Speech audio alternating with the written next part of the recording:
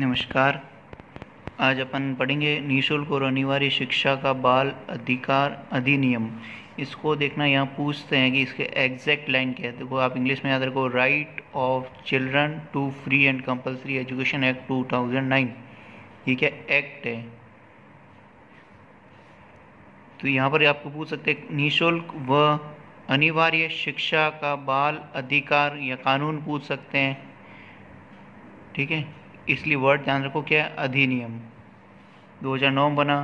तो इसमें क्या किए गए?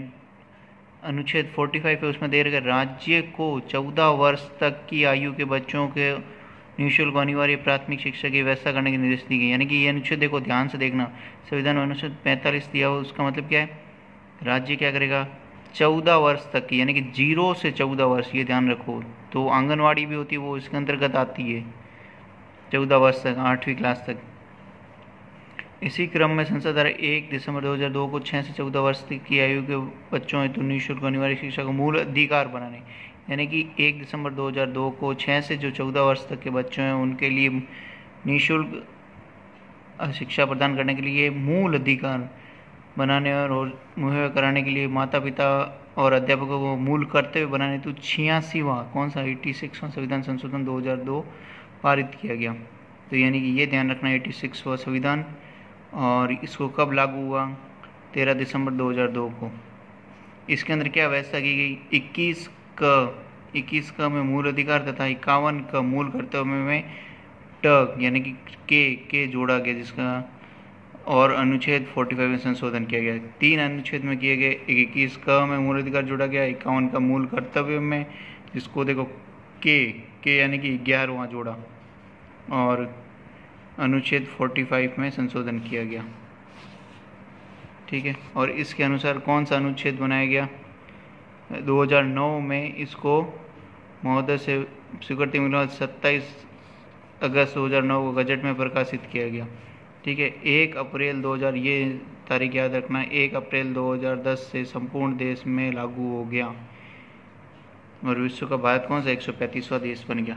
अब यहाँ ये प्रॉब्लम इसमें आती है कि आरटी एक्ट 2009 के प्रावधान कितने हैं। तो देखो कितने प्रावधान है इसमें, प्रावधान दे रखे हैं कुल कितने? 39 तक, या 9 से याद रख लो, 10, 20, 30, 40, 40 में से एक कम 39 में।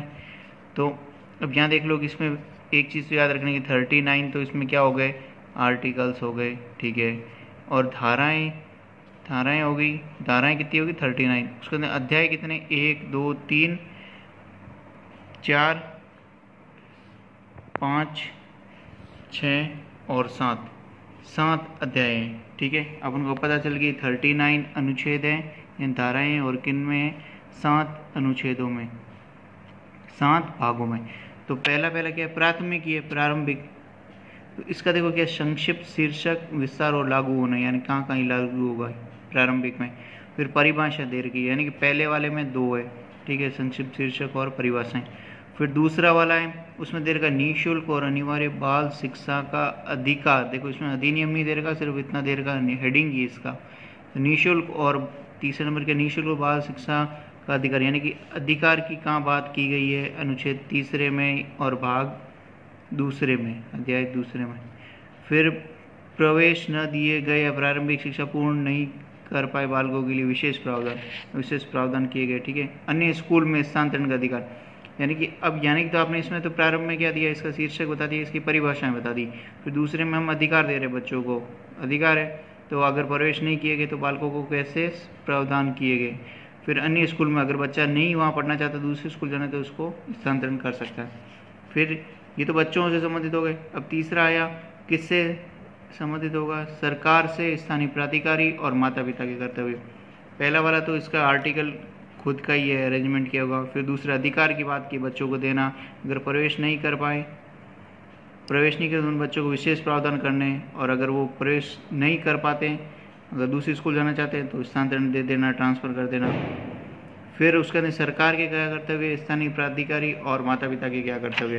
तो देखो सबसे पहले समुचित सरकार यानी कि, और स्थानीय प्राधिकारी यानी लोकल अथॉरिटीज़ होती है, नगर पालिका हो गई या ग्राम पंचायतें हो गई, वैसे पंचायत सिस्टम हो गई, तो उनका क्या है? स्कूल स्थापित करने का दायित्व, ये इनका हो गया कर्तव्य 6 नंबर में। इनका है कि वो स्कूल स्थापित करने का दायित्व हो जाएगा। स्कूल स्थापित कर दी तो उसके लिए क्या क्या चाहिए, वित्तीय और अन्य दायित्वों को वहन करना। स्थापित कर दी तो पैसे लगेंगे। फिर उसके बाद समुचित सरकार के कर्तव्य। अब समुचित सरकार के पहले कर्तव्य हो गया 8 में। 9 नंबर में कौन से हो गए, स्थानीय प्राधिकारी के कर्तव्य, और 10 नंबर में माता पिता के कर्तव्य। यानी कि ये ध्यान रख लो 7, 8, 9। तो 7 तो 6 और 7 तो किससे संबंधित हो गए, आपस में स्कूल स्थापित करना और पैसे उसकी व्यवस्था करना, ठीक है। फिर 8, 9 और 10 तो ये तीनों इस शीर्षक के अनुसार हो जाएगा। समुचित सरकार 8 में, 9 नंबर में स्थानीय प्राधिकारी और 10 नंबर में माता पिता के कर्तव्य। और 11 में क्या, समुचित सरकार का प्री स्कूल शिक्षा की व्यवस्था करने का करता है। और 11 में क्या हो गया, समुचित सरकार क्या करे, प्री स्कूल यानी कि आंगनवाड़ी, प्री छोटी वाली क्लासों के लिए प्री स्कूल कर शिक्षा की व्यवस्था। तीसरे में क्या हो गया, समुचित सरकार, स्थानीय प्राधिकारी और माता पिता के कर्तव्य। चौथे में क्या आ गया, विद्यालय और शिक्षकों के उत्तरदायित्व। अब 2 चीज़ें अब यहाँ हो गई, यहाँ पर सरकार के हो गए, स्थानीय प्राधिकारी और माता पिता के हो गए। अब बच्चा कहाँ जाएगा, फिर विद्यालय में जाएगा, तो विद्यालय में और उसके शिक्षकों का उत्तरदायित्व। स्कूल का क्या दायित्व है, फिर कैपिटेशन फीस वसूल करने पर कोई बच्चा आता है स्कूल तो उससे किसी प्रकार का शुल्क नहीं लिया जाएगा, ठीक है।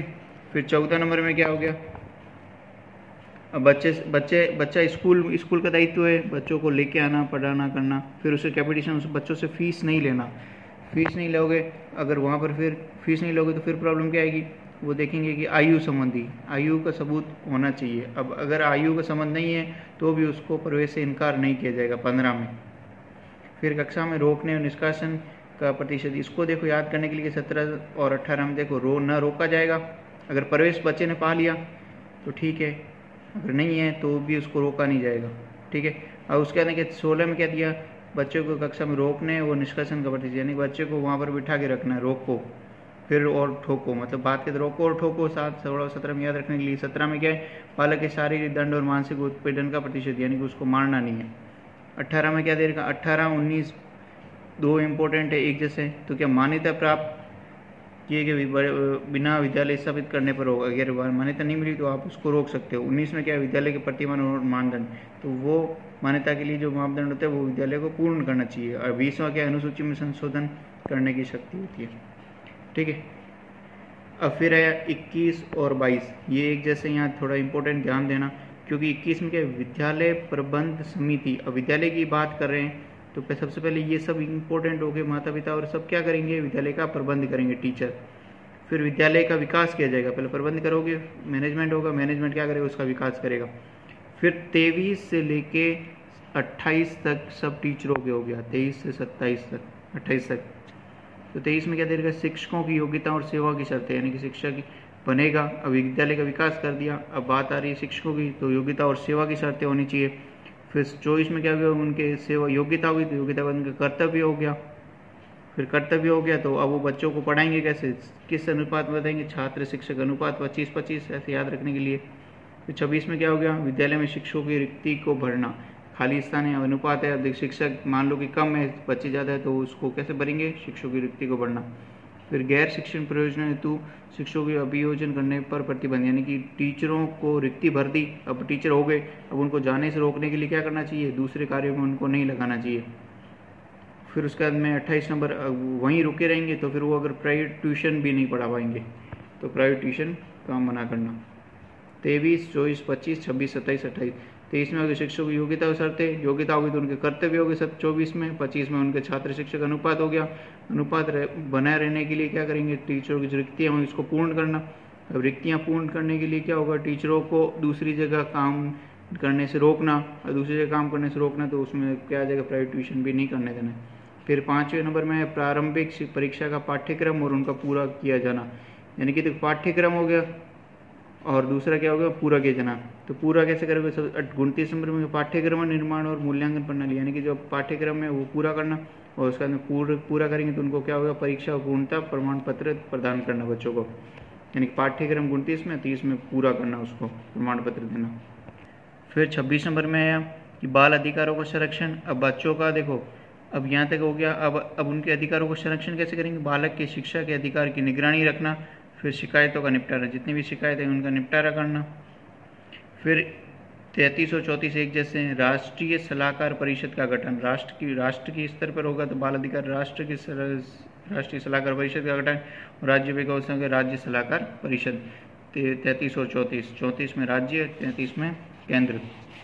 फिर लास्ट अध्याय 7वां आ गया, इसमें विविध है। इसमें क्या दे रखा, निर्देश जारी करने की केंद्र सरकार की शक्ति, अभियोजन की पूर्व मंजूरी, सद्भावनापूर्ण कार्रवाई की संरक्षण, ये इंपॉर्टेंट है। समुचित सरकार को नियम बनाने की शक्ति, यानी कि अभी देखो राजस्थान में 8वीं वालों को फेल कर दिया जाता है, तो वो उसमें किसने किया है, हर जगह नहीं है, ये राजस्थान सरकार के द्वारा किया गया कार्य है। तो ना समुचित सरकार को नियम बनाने की शक्ति है। 38 तक। 39 में क्या है, कठिनाई दूर करने की केंद्रीय सरकार की शक्तियाँ। अब ये ठीक है, पर ये ज़्यादातर पूछते हैं कि 38 वाला, 33 और 34 ध्यान रहना। फिर इसमें 29 और 30 वाला पाठ्यक्रम और प्रमाण पत्र चालू करना, और टीचरों के कर्तव्य, टीचर बनने जा रहे हो तो टीचर का 23 से लेकर 28 तक। फिर एसएमसी इसको याद रख लो 21 नंबर, और एसडीपी ये ध्यान रख लो। और 11 और 12, 10 में माता पिता के संरक्षण है, और इम्पोर्टेंट है 14, 15, 16, 17। ये क्या है, टीचरों को बच्चों को मारना नहीं है सब, और कक्षा में रोकना नहीं है। फिर प्रवेश से इनकार न किया जाना, प्रवेश आयु का सबूत। Thank you.